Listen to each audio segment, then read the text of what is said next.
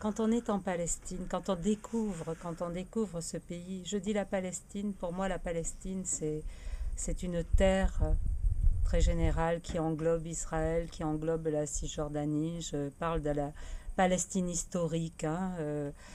Quand on va dans ce pays, on est choqué, bien sûr. On est choqué par ce qu'on voit. On a beau le savoir, la première impression, c'est d'être extrêmement choqué. Et on est choqué par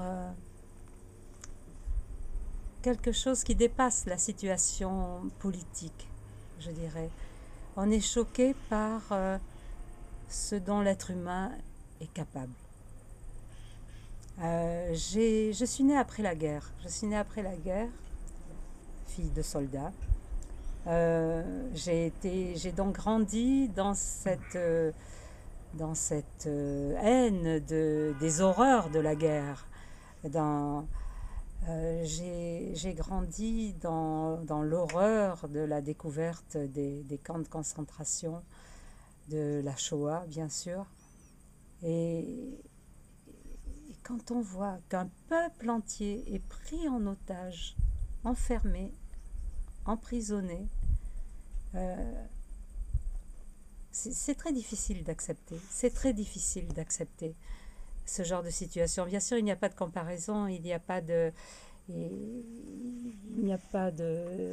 Shoah, il n'y a pas de chambre à gaz, mais le principe de ce pouvoir de l'homme sur l'homme, de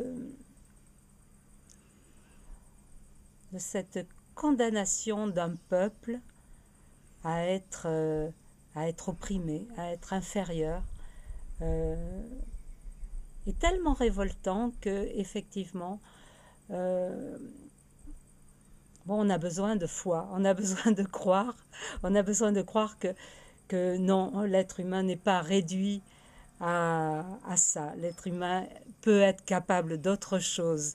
Il n'est pas victime d'un balancier de l'horreur avec tantôt l'un, tantôt l'autre, comme ça. Non, j'ai besoin de croire qu'il y a d'autres possibilités, que les peuples peuvent avoir une autre intelligence que la haine et la guerre.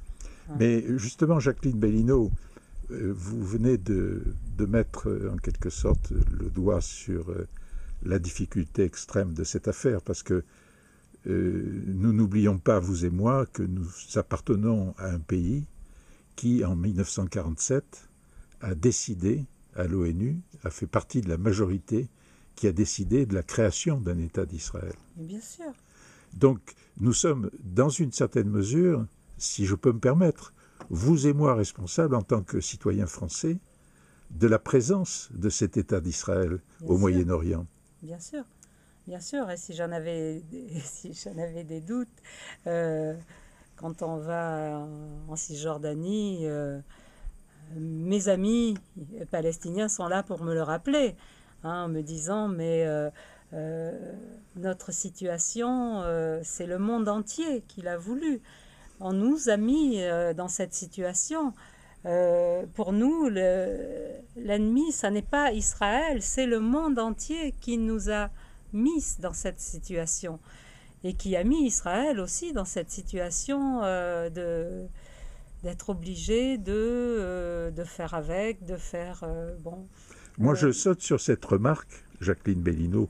Je la trouve formidablement importante, cette remarque que vous venez de faire, cette mise en accusation de la part des Palestiniens, du monde entier, mise en accusation, mise en responsabilité. Parce que je me demande si, justement, c'est pas au monde entier, en prenant la suite, justement, de cette décision, parce que cette décision, elle n'a été que partielle, on s'est contenté de dire, voilà, on crée un État. Je rappelle d'ailleurs qu'il était question de 2 États en 1947. Dans la décision de l'ONU, il était décidé, d'ores et déjà, de créer un État juif et un État arabe. Bon, l'État arabe, il n'est toujours pas créé. Est-ce que justement, pour répondre à cette mise en cause, en quelque sorte, des Palestiniens vis-à-vis du monde, est-ce que ce n'est pas au monde entier de résoudre ce problème? Moi, ça me semble évident. Ça me semble évident. Je crois que c'est évident pour tout le monde, puisque sinon, il n'y aurait pas de négociations entamées. Mais les négociations entamées, vous savez comme moi qu'elles le sont depuis 1947 et qu'aujourd'hui, elles continuent. Alors bon, moi, comme vous, je lis Le Monde, je regarde la télévision, je mets quelques espoirs dans Obama. Et quand je vais là-bas et que j'en parle aux Palestiniens, je les vois sourire. Ils me disent oui, on a l'habitude. Il y a un tel désespoir dans le sens de non-espoir. Hein. Non-espoir, c'est un désespoir qui n'a rien de passionnel. C'est plutôt l'absence totale d'espoir. Il y a là quelque chose qui interpelle. Alors oui, on ne peut que culpabiliser. On ne peut que culpabiliser et se dire qu'est-ce que je peux faire, moi, en tant qu'individu. Alors justement, Jacqueline Bellino, à propos d'espoir, malgré tout, votre livre est un témoignage de cet espoir. Parce que cette action que vous avez menée, que vous continuez de mener en Palestine, en Cisjordanie, pour créer une ressource nouvelle, pour remettre les gens de là-bas en possession finalement de l'une de leurs richesses, j'allais dire, naturelles, à savoir l'olivier, est-ce que ça, c'est pas justement un geste d'espoir? Est-ce que les gens qui vous accueillent, et qui vous accueillent avec enthousiasme, est-ce que ces gens-là n'apportent pas le témoignage qu'il y a quelque chose à faire pour sortir de cette situation, ne serait-ce qu'en créant en Cisjordanie une certaine, je ne dirais pas prospérité, mais une certaine façon de vivre humainement et tranquillement de son travail? Oui, et qui dépasse l'aspect uniquement économique. Moi, ce que je fais en Cisjordanie, c'est en fait un transfert de savoir-faire. C'est je tends la main en quelque sorte. C'est un échange. Hein. J'apporte ce que je fais chez moi, ce que je sais faire. Et je ne suis pas seule. Je ne suis pas seule à faire ça. Il y a beaucoup d'Européens, d'Américains, de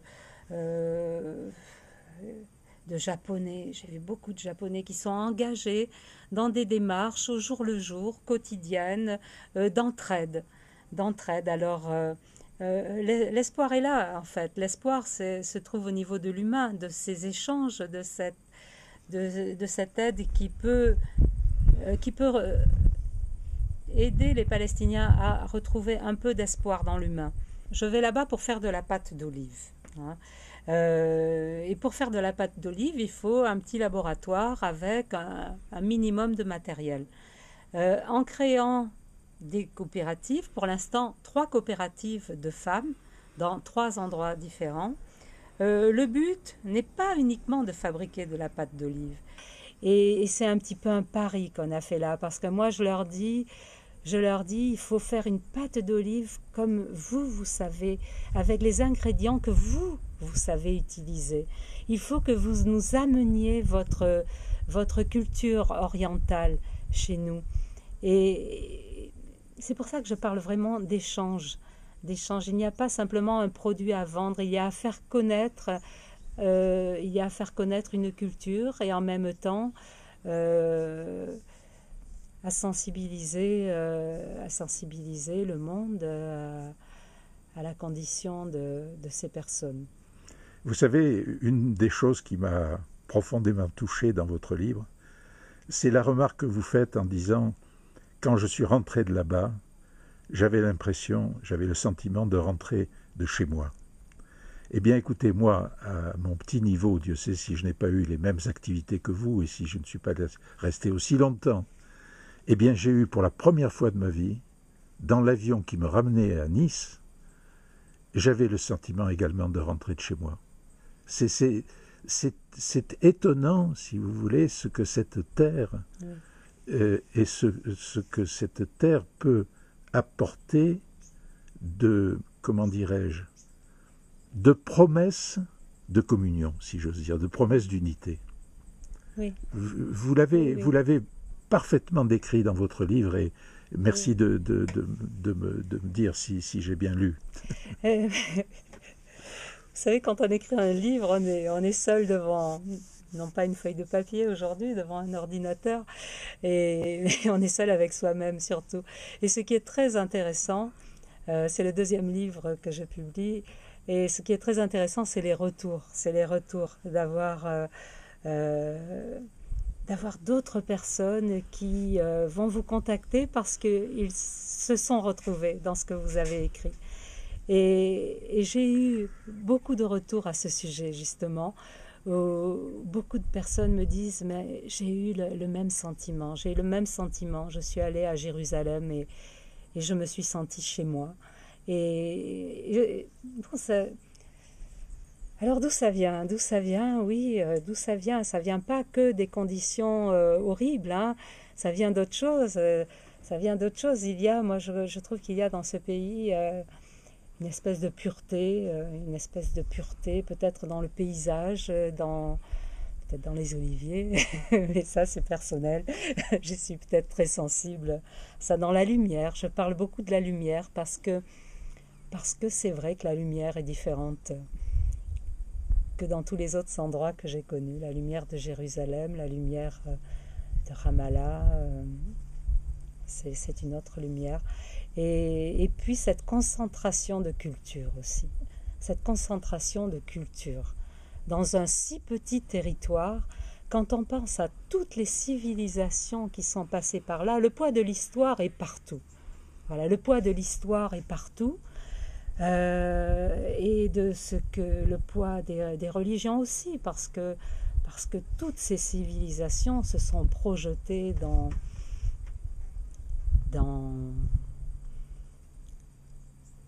l'au-delà, dans la religion, dans le plus profond d'eux-mêmes, dans le meilleur d'eux-mêmes, je dirais.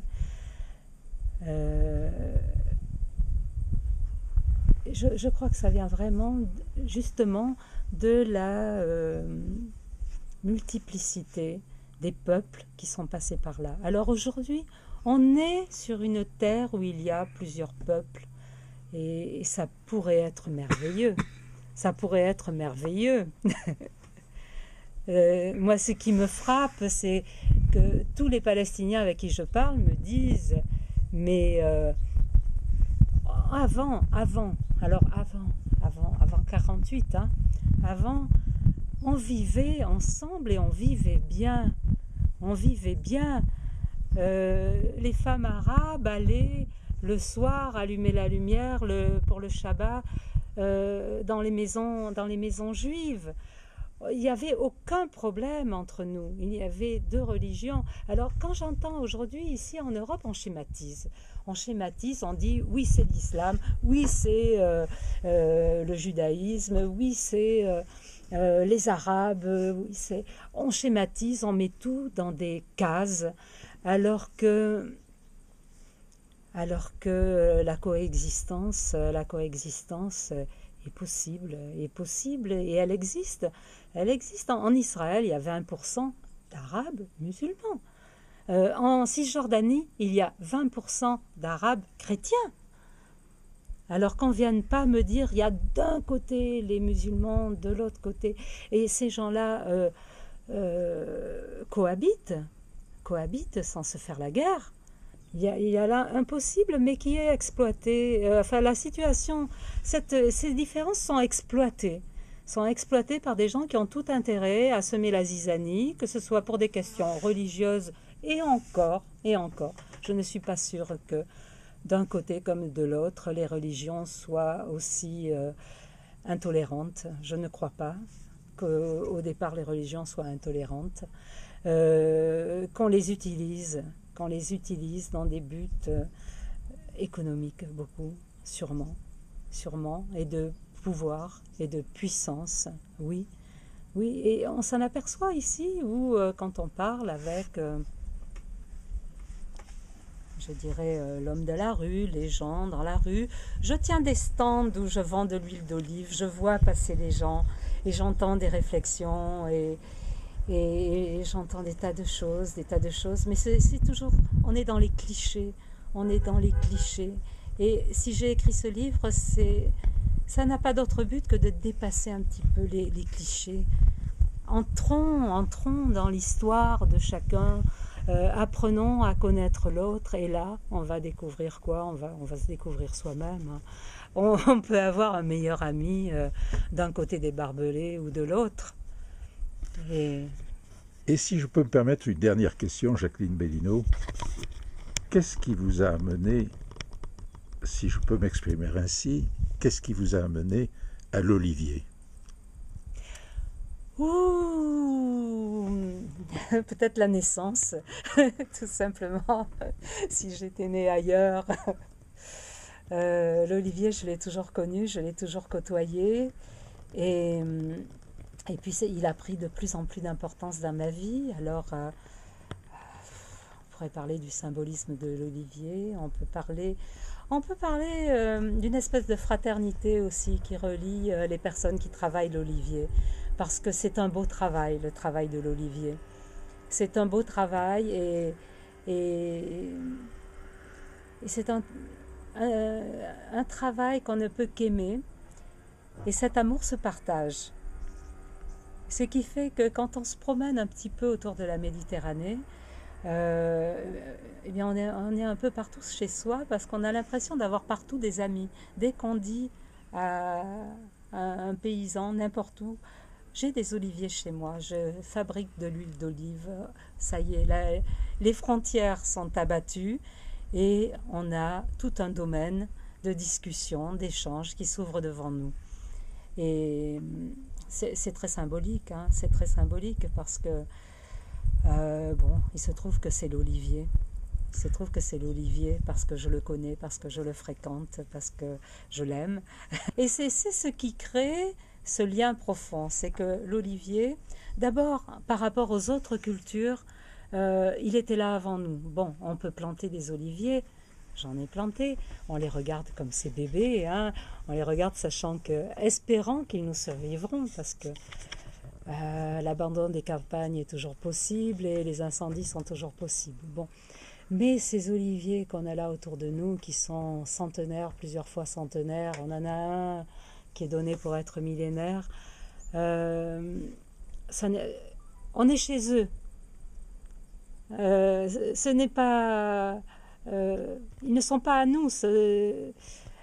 Voilà, dans une agriculture traditionnelle, on plante un plant de tomates, on a l'impression qu'il nous appartient, on a pouvoir de vie et de mort sur lui. L'olivier qui est millénaire, là, je n'ai aucun pouvoir de mort sur lui. Ou alors, il faudrait me tuer, moi aussi, parce que je le mériterais. On habite chez eux. Alors, on est là, on est venu s'installer chez des oliviers et on essaie de les soigner au mieux. On essaie de leur faire plaisir.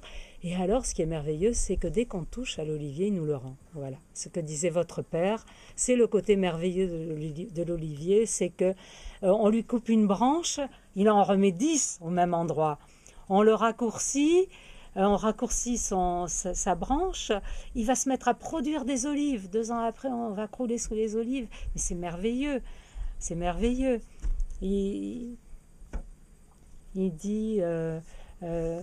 Ludovic Alziari disait « Moi, je crois que l'olivier pense. » Et la première fois que j'ai lu ça, j'ai dit « Moi, je ne sais pas s'il pense, mais je suis sûre qu'il parle parce que quand on est à côté, eh bien, on l'entend nous dire qu'il a soif, qu'il a faim, qu'il est trop serré, qu'il a trop de mouches.